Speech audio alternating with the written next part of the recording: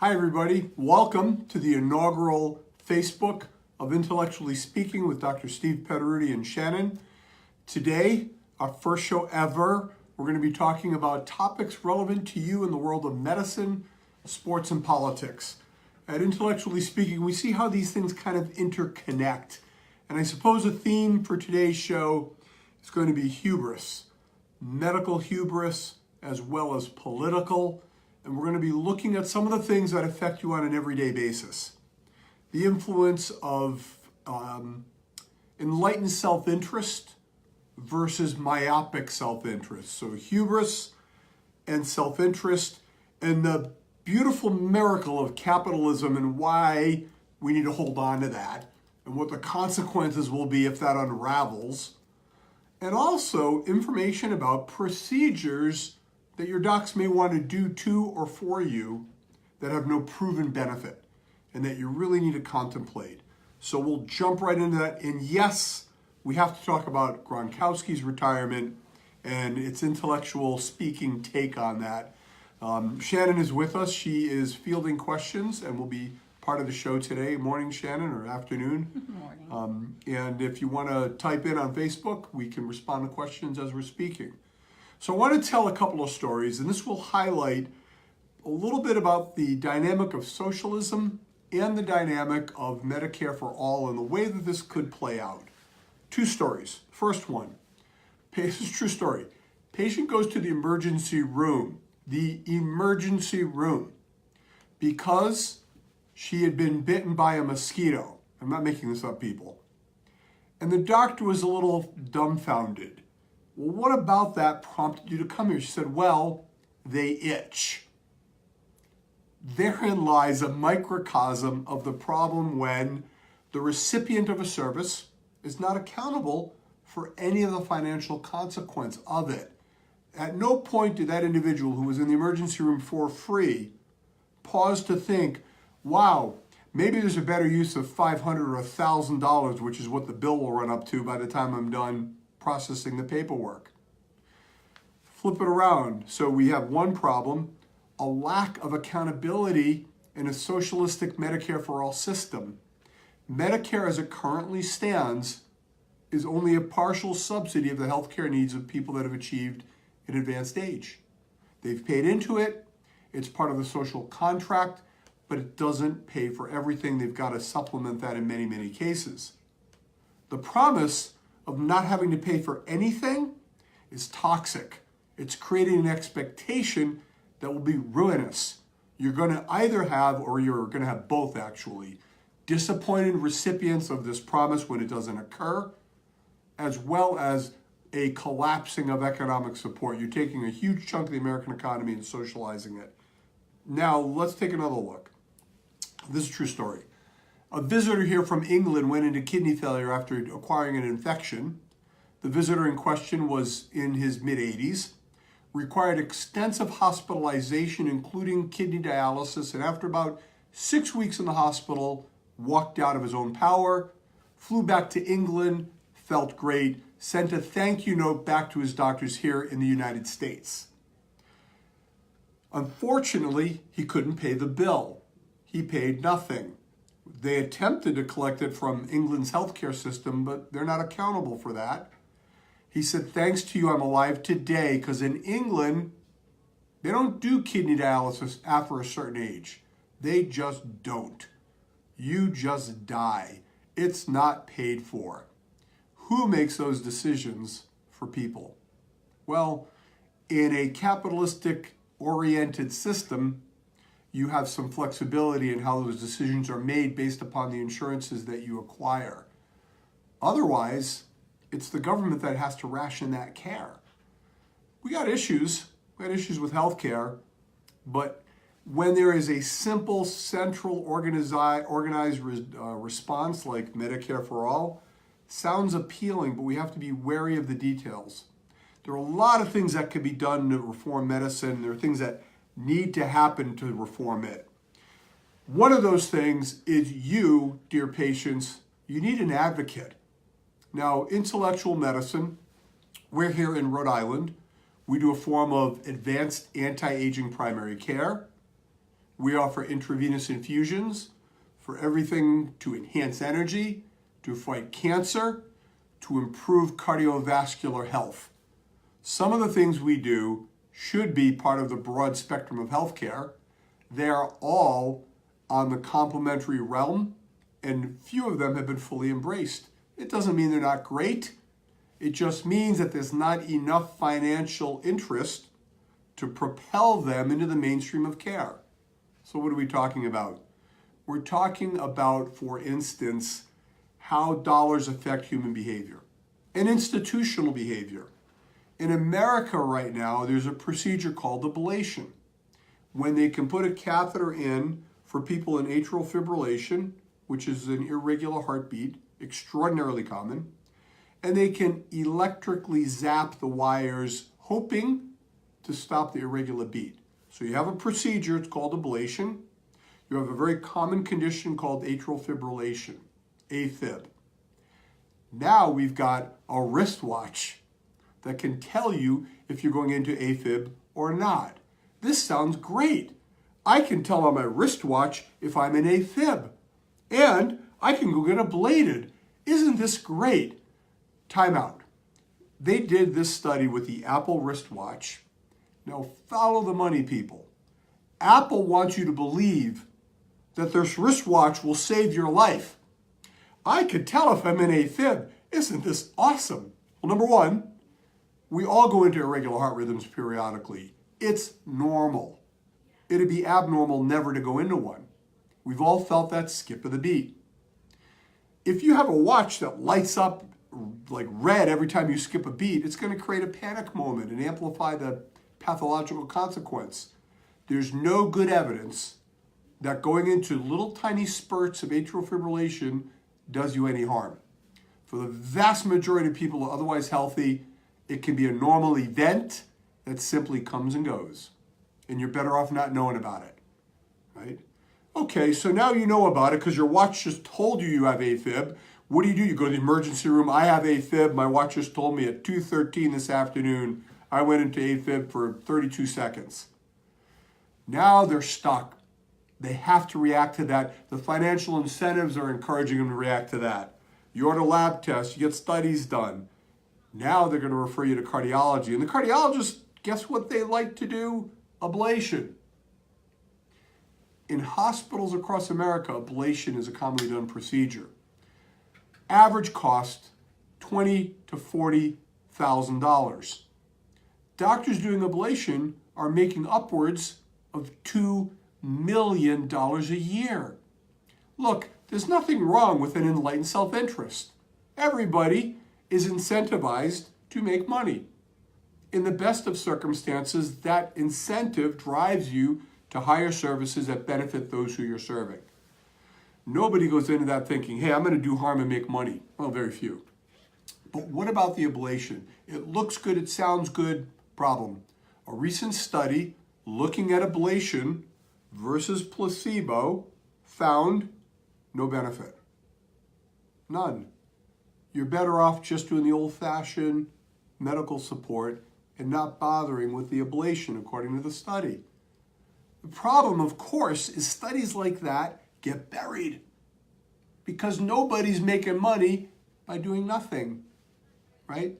You're making money by doing ablations. So if I'm JoJo, the ablation specialist, and I'm making my rent on this, paying my rent, nothing, paying my mansion on this, what am I going to do with that information? Am I going to say, oh, golly, I guess I better stop doing ablations? No, you're going to tilt the information to your favor. If I'm a manufacturer of a device, there's a device, let me check the note on this, called the Impella. It's a cardiac device that is a little pump that assists the heart. The Impella costs $25,000. It's been FDA cleared, which is what happens to devices, so it can be utilized. 50,000 of them have been implanted. To date, no study has been done to judge if they're effective. The company will never do that study. Nothing but bad things happen to them if they do it. My point in all this is you've got to really question when people want to do stuff to you. Here's another one. Cardiac stents, aren't they great? You go in, you put a stent in, it opens up a blocked artery, gets blood to the heart. What's bad about that? Turns out that when you stent people because they're having chest pain due to blocked arteries, there's no benefit over conservative non-stenting therapy. The only setting in which it's been shown to be beneficial is in the middle of a heart attack. Stents are done every day. They're big business. They're big money. The mere fact that they're not beneficial will not stop them from happening. It's really hard not to put them in. Shan, we were talking about that dissolving stent the other day. Yeah. So they made a new stent. This one would dissolve. Great. So you put it in, it opens up the artery, and over 3 years it dissolves. Seems nice. They put in lots of them. Well, they found out they were causing heart attacks. Oopsie. So slow down on procedures. I got to talk about chelation, and we have other topics to get to, and we have to talk about economic hubris. But first, chelation. I'll talk about this every time. It's an intravenous treatment that has been shown in high-quality study to diminish risk of heart attacks, strokes, and death, and have no complications or side effects, practically none. The study was published in a major medical journal. In my opinion, based on that study, every person in America who's diabetic should consider getting chelations. And if you've ever had a heart attack and you've never heard the word chelation spoken before, you owe it to yourself to investigate this powerful, inexpensive, and provenly beneficial treatment. Why is it not everywhere? Why is statin therapy every place and chelation is in the backwater? Because it's a generic mix of vitamins. It's not patentable. There's no corporation reaping huge income from it. For that matter, there are no doctors reaping huge income from it. So what do you think happens to a doctor who advocates for these approaches to healthcare? What do you think happens to doctors who are advocating for anti-aging therapy, for weight loss treatment, so you don't become chronically sick, so you stay well, so you don't need stents, so you don't need procedures? What happens to doctors that are advocating for your right to have this knowledge? Well, we're not embraced by all of our colleagues in mainstream medicine. Many of them, yes, but all no. Particularly the cohort of doctors that like to perceive themselves as being superior in status, power, or responsibility. Now, our job is to share information with you, the American public. Specifically, we're here in Rhode Island and throughout Rhode Island. There has been doctors that have taken it upon themselves to weaponize the bureaucracy. So this is a new phenomenon. Let's call it the Twitterization of politics and medicine. And it goes like this. I think it started way back with Richard Nixon, when we investigated his behavior and it corroded trust in authority, particularly high places. And we realized politically that you could use the legal process to oppose people and ideas you didn't like. That didn't happen to Bill Clinton. Remember Kenneth Starr? Do we really care what happened with Bill and Monica? How did that ever become part of the conversation? Because these broad investigations drew it out. More recently, Donald Trump and the Mueller report. You would think, with the finding that there's no collusion, that'd be the end of it. You'd be wrong. The idea of investigations will continue, not because there's a dire need, but because it's a way to try to really short circuit a democratic process and take the decision away from the public and put it in the hands of the inner circle of the powerful. So now the Attorney General of Southern New York is investigating Donald Trump's business proceedings. Really? He's been doing business in Southern New York for 40 years. And now they think we need to investigate everything ever happening here? Does that seem a little suspicious to anybody that there may be a political motive? Just maybe. Using the legal process is weaponizing it. We will cripple this guy. We will torture him.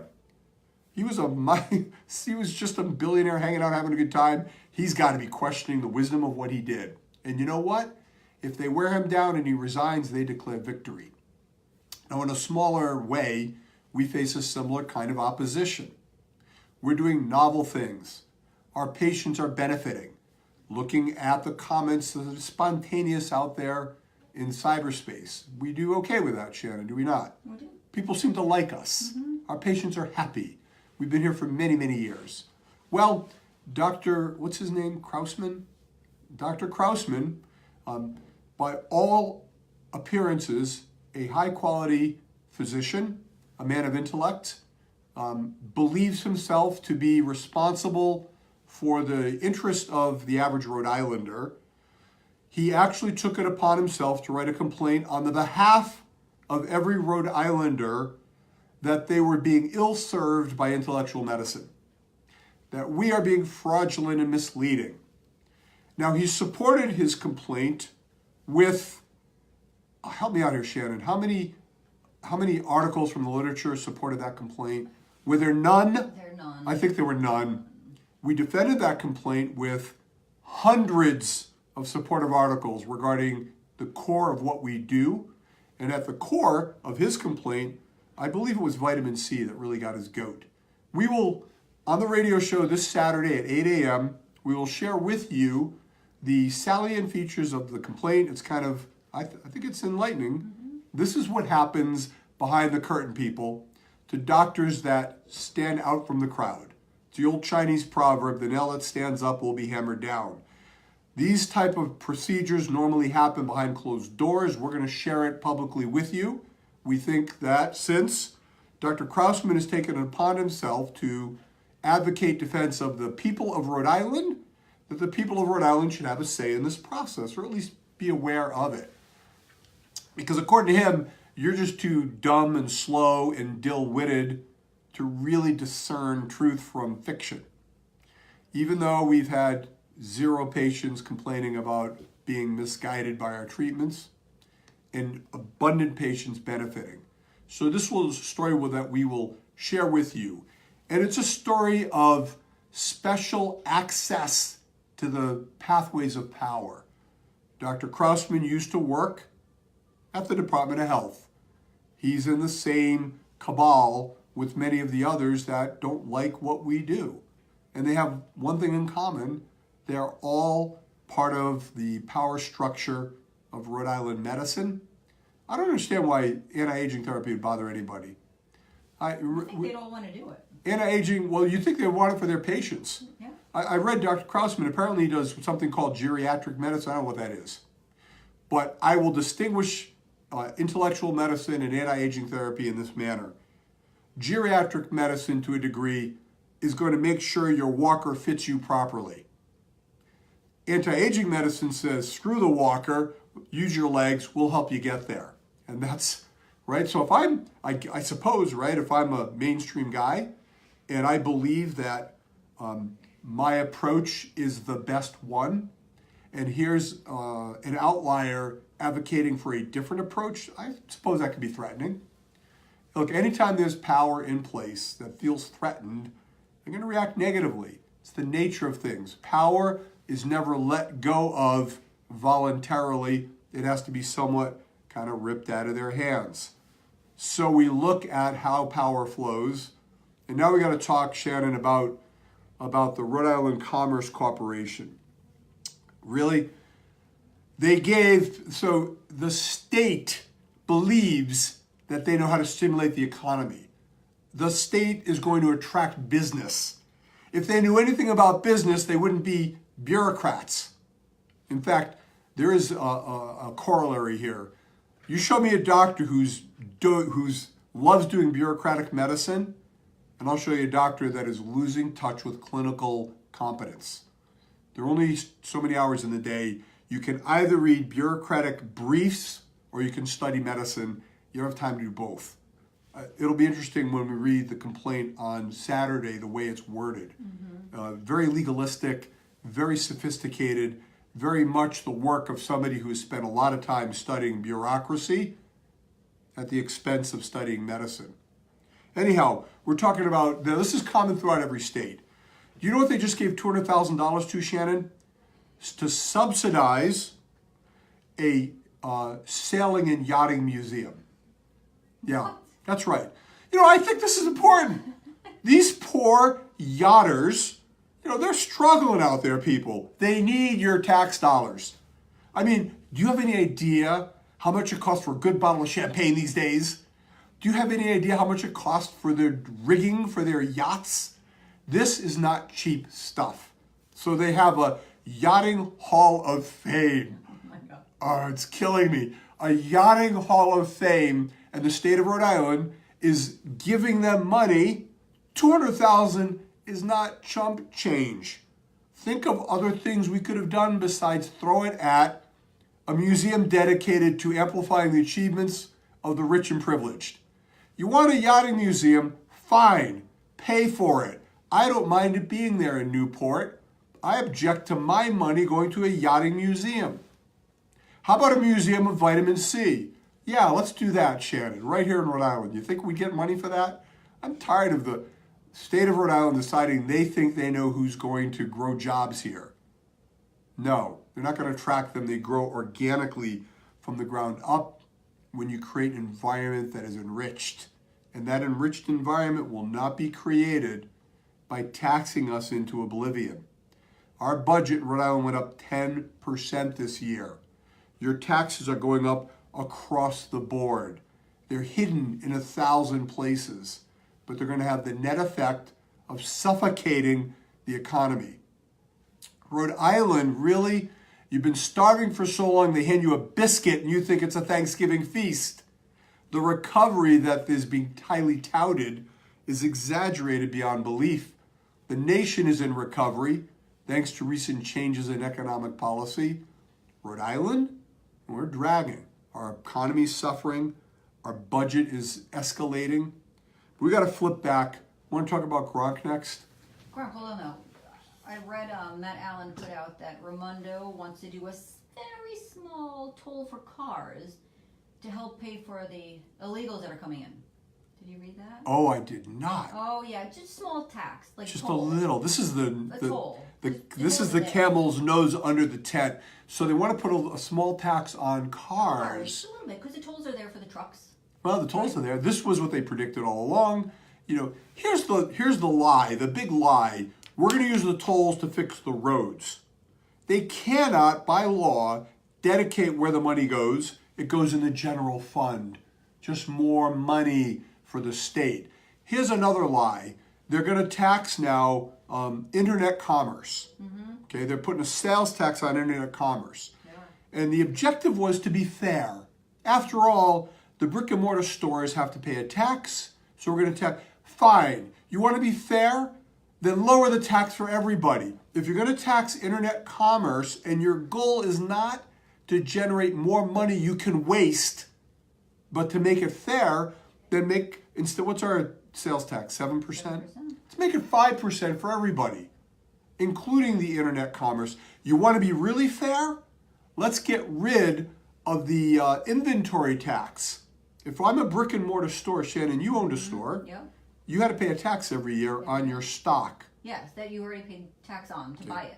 So Shannon owned a retail store. She would buy her stuff, put it in the store, pay a tax when she bought it, and every year, if that stuff was still on her shelf, pay another tax.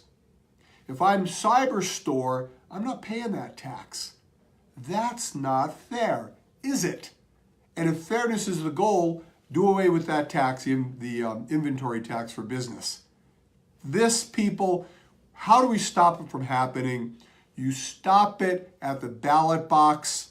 Now they go up there and they make their laws and they have their commissions, and the line item veto, which we all agree is a good thing for Rhode Island, all agree, the majority wants that, will not happen until we protest to the point that we force it upon them. Why won't it happen? Because people never give up power voluntarily. And if they had a line item veto, that would be surrendering some of the power at the State House. You got to stay tuned in. Rhode Island is not beyond redemption, nor is the country. But if you go too far down that path, you can hit that tipping point. One thing all the socialists have in common, by and large, they never had a real job. Another thing they've all had in common, by and large, they never had to meet a payroll. They never had to pay a payroll tax or meet a salary. By and large, they are the recipients of generations of hard work accumulating wealth in America, and they woke up one day and saw a pile of money and decided they need to carve it up better. This is absurdity. This is the equivalent of a young person, child of immigrants, parents were laborers, works his butt off, gets a higher education, starts a business, makes lots of money, and then has a child. And the child says, look at what I found, I'm rich, and squanders it. This is a microcosm of capitalism building the country up, freedom, free enterprise, free capitalism, and then getting squandered by a bunch of entitled socialists who think they know better how to use your money than you do. Who fights for the little guy, right? It's not the government. They're not your friends. They're there to use you to gain their power. In my humble opinion, I'm a vigorous advocate of free enterprise capitalism. This may sound paradoxical, but the antidote to capitalism crushing the little guy, strong and ethical unions, where they can advocate for their right of collective bargaining to make more money and get a better quality of life. The fly in the ointment here is the government trying to squeeze in between these two entities. The government has really destroyed the unions by trying to take over their role. Terrible idea. Government needs to back off, and the unions need to stop backing the government that is corroding the purpose, the raison d'existence, right? In small businesses like ours, Shannon, it's different. Every day I come to work, I look at my employees in the eye. We see their life and they see ours. If I start driving to work in a Lamborghini one day and I'm asking them to take pay cuts, that ain't going to go well. On a larger scale, where the president never sees the workers, there's a disconnect. And that's where I believe a healthy union can build that gap. But we need to move it back in, kind of back into this hubris medical care place. The hubris of government is that they know best what to do with your money, and they're going to make a plan that's superior to the one that you have. That they can figure out in medicine what health is. They can define health, and they're going to make that health definition for you and take away your freedom to make that decision. How do they take away your freedom? Well, they monopolize healthcare. It's not healthcare, sick care, let's call it that. Who is your advocate? Who can you trust that's going to put themselves between you and the power structure that wants to get you ablated? Who can you trust that's going to give you good information? It should be your family doctor, your primary care doc. Sadly, your primary care doctor has had their voice stripped and their autonomy compromised. There aren't too many doctors out there that are free agents, that are independent. And it's not by accident. They want control of all elements of healthcare. They cannot have full control, and I'm talking about the power structure, hospitals, the big insurance companies, even the big medical specialty cabals that make crazy money doing lots of procedural stuff that they convince you need. But a strong-willed family doctor could balance against that if they had freedom. Family doctors, nurse practitioners, general internal medicine specialists should not be employed by a hospital or corporation. They should be required to be independent operators on a small scale. I would make that a requirement. A hospital wants to hire a surgeon, a cardiologist, fine. But when I go to see my family doctor, I don't want him working for the hospital that does the ablations, because I could tell you what happens to those doctors. If they don't toe the company line, they get fired or negative feedback. Because a company will tell them what's important. Did you ever go to your doctor and feel like there was a force in the room besides the two of you? That somehow there was another agenda being foisted upon you. It's not in your head. It is the computer geeks, it is the administrative geeks, it is the bureaucrats that have taken over medicine.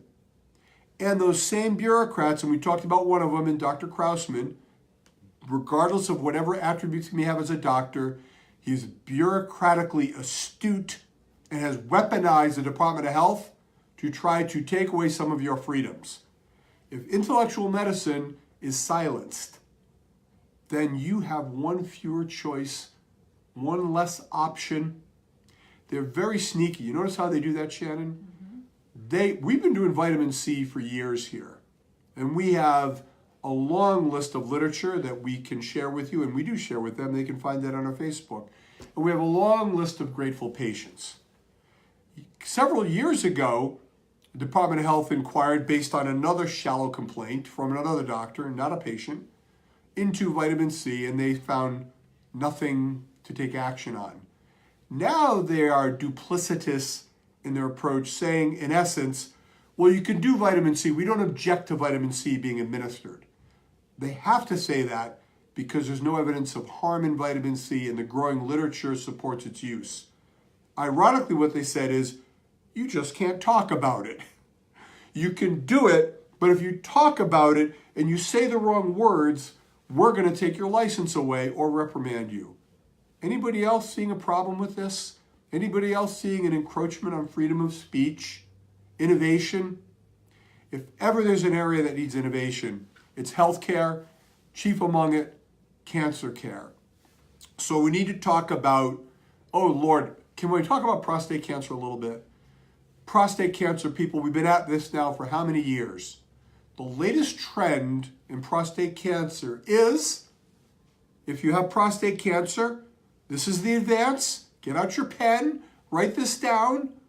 Some of them, among the latest recommendations are active surveillance, also known as watchful waiting. Sounds fancy? It's also known as do nothing. Nothing. Why have we gotten to that state? Decades of research. The robotic prostate taking them out surgery, the Da Vinci machine. Brilliant, we'll take your prostate out. Brilliant, we'll get it out. The PIVOT study, a study looking at men with prostate cancer, two groups, right? One group had surgery to take the prostate out. The other group did nothing. Nothing. They both had cancer. One group takes out the prostate. The other group does nothing. 12 years later, what do you think happened? Well, clearly, the people that had the prostate removed must have had less death from prostate cancer. No. The death rate from prostate cancer was the same. Statistically insignificant difference. How about all-cause mortality? The same. Now, you've heard of buyer's regret.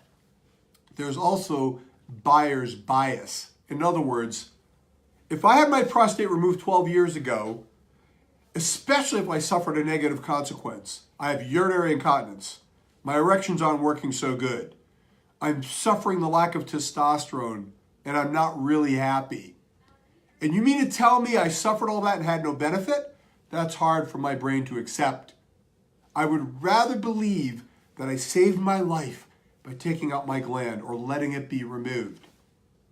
So, is it an option to do nothing? Yes. When the something is known to have a negative consequence, a risk associated, and is yet to be proven beneficial. Now, there are studies out there, a bit murky, trying to figure this detail out. But this is where innovation comes in. Fine, Mr. Smith, you have prostate cancer. You can either do the surgery and have it removed, or you can do nothing. I don't like doing nothing. We know there are things that affect cancer risk. It's risk for metastasizing and progressing. How about we control percent body fat? That's been correlated with increasing prostate cancer risk. Let's do that. We can, we know how. It requires a doctor, a nurse practitioner, a clinician specialized in that niche. and it's not diet and exercise. Great, we could do that. How about the use of some supplements that can be supportive and help my body fight cancer? Pomegranates? You mean to tell me you have me take, yeah, pomegranates. There's research supporting that. We'll be documenting that and talking about it more on Saturday morning. How about vitamin C intravenously? How about mistletoe therapy injected? These are modalities that have not been proven to cure prostate cancer.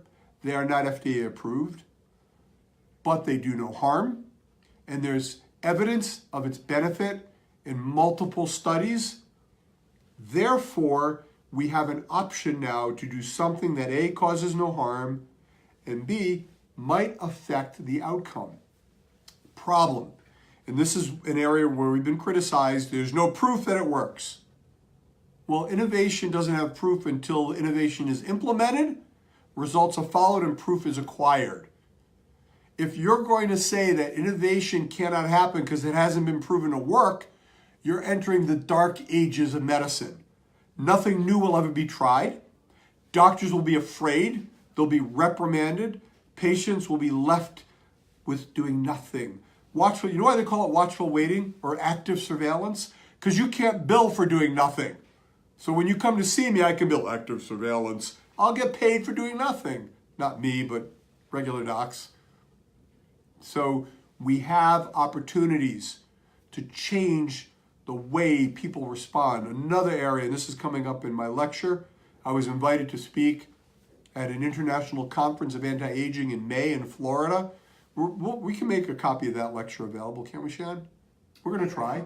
We think we can. The topic of this lecture is secondary prevention of cancer, the role of intravenous vitamin C and liquid biopsies. That lecture, the essence of it, the substance and topic of it, is the reason Dr. Krausman wrote a complaint in part, and we will, again, share that with you. But here's the irony. That has been embraced by an advanced cohort of the medical population. Intravenous vitamin C is being looked at more and more. We need to use it in an honest fashion, communicating with patients in an honest fashion, and do something to help them. So one of my patients who just completed their treatment for cancer had this common experience. They felt deflated. Why? Because a cancer therapy had ended, and they were patted on the back and say, "Now go out there and we'll see in 3 months, and let's hope it doesn't come back." What else can I do, doc? Nothing. We're going to just hope it doesn't come back. You had pancreatic cancer, you had breast cancer, you had colon cancer. We'll hope it doesn't come back. And if it does, we'll give you more chemo. There's got to be something more. Intuition tells us there's got to be something more. In fact, there is. There are many things that can be brought to bear that are going to strengthen your body, strengthen your immune system, and are unpleasant for the cancer cells themselves. This is something that we will be driving at each week. We'll be talking about it every week. We will be educating you on what's known as doubling time, how long it takes one cancer cell to become two. I'll give you a little bit of foreshadowing of that. It takes anywhere from 2 weeks to upwards of a year for some cancers to double. Therefore, depending on the type of cancer, it can take 7 to 10 years for cancer to get to be the size of 1 centimeter. 7 to 10 years before it can be 1 centimeter, where it can be seen on most imaging. That tells you that if you find that on imaging, it's been there a long time. It also tells you that after your cancer treatment, if the tumors are gone, the cells can still be dividing. This is where we want to attack the cancer when it's most vulnerable with innovative modalities like intravenous vitamin C that have not been proven to stop cancer from coming back, that are not FDA approved, but are inexpensive, safe, and have a mechanism of action that suggests they just might be of help. How will we ever know? We have to experience it. We must innovate. 13 to 50, half of women who've ever had breast cancer will suffer a delayed relapse beyond 5 years. Even when they got to 5 years cancer-free, this delayed relapse can occur. Sadly, we have gone asleep at the wheel when it comes to what can be done in that intervention. We're running out of time already. 5 minutes. How did that happen? We're going to talk about Gronk. Got it. So I am glad Gronk retired. I love the man. He's great to watch. He's great to listen to. He's a colorful personality. We've loved him in New England. If you don't love the Gronk, you just don't like colorful sports heroes. He reminds me a little bit of what I imagine Babe Ruth was like. Flaunting his joyful lifestyle, but a serious athlete, and I believe a very intelligent man. And he has the intelligence to know that his brand would suffer if he's not Superman out on the field. And we saw him starting to lose maybe half a step due to injuries.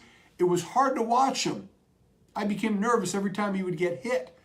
But here's the other part of his retirement. The Patriots are happy. They would have had a dilemma. Do you pay a guy that's banged up, past his prime, $10 million? By him retiring, that money's off the cap. It's a really kind of a selfless act on his part because he's enabled the Patriots to have a time to react to his absence. He could have put them in a weird space. Do you pay the Gronk $10 million or do you release him? They would have been in a weird space contemplating that very action and having a bit of a contract dispute with a man who's a folk hero. Like Barry Sanders, like the great Jim Brown, the Gronk walked away with play left in him. I think it's a brilliant move, Gronk. Enjoy your next phase of your career. We'll enjoy watching it with you. But do me a favor. Don't come back, right? There are no more Super Bowl rings to be had. You've got them. You're a Hall of Fame guy, in our opinion. Stay on the sidelines. I want to hear him in the booth. Wouldn't that be fun? That would be great. Furthermore, every time you get a back injury, you never fully recover. Back surgery becomes the platform for the next traumatic injury. Gronk knows this. He's not unintelligent. The next injury to his back, he'd recover from it, but at what price down the road? So fortunately for us, we still have Julian Edelman to cheer for, and he is the backbone of the receiving corps now. And yes, haters, we're winning another Super Bowl. I'll predict it here. This year, we're going to the top again. And we're taking home yet another Super Bowl. I guess in my next show, I should predict who it's going to be against, Shannon. You should. Since I'm saying we're going to win the Super Bowl. Mm-hmm. So tune in this Saturday, people. We're going to talk about this Saturday. We're going to talk about a drug for arthritis that can kill you. And we'll warn you about it so that you can be well protected. We're going to touch again about this idea of active surveillance. We're going to tell you about the New Jersey assisted suicide law and why that's a horrible thing and should not be implemented. And we're going to tell you how many push-ups you need to be able to do to prevent a heart attack. Sure about that one, Shannon? No. Push-ups correlate with preventing heart attacks. A good thing. Knees? On your knees does not count. So, but for you, they will. For you, you can count them. You bet you can. Hey guys, thanks for being on this inaugural show, Facebook Live, Intellectually Speaking with Dr. Petteruti. We will be back again next week at noon on Wednesday. We'll see you then.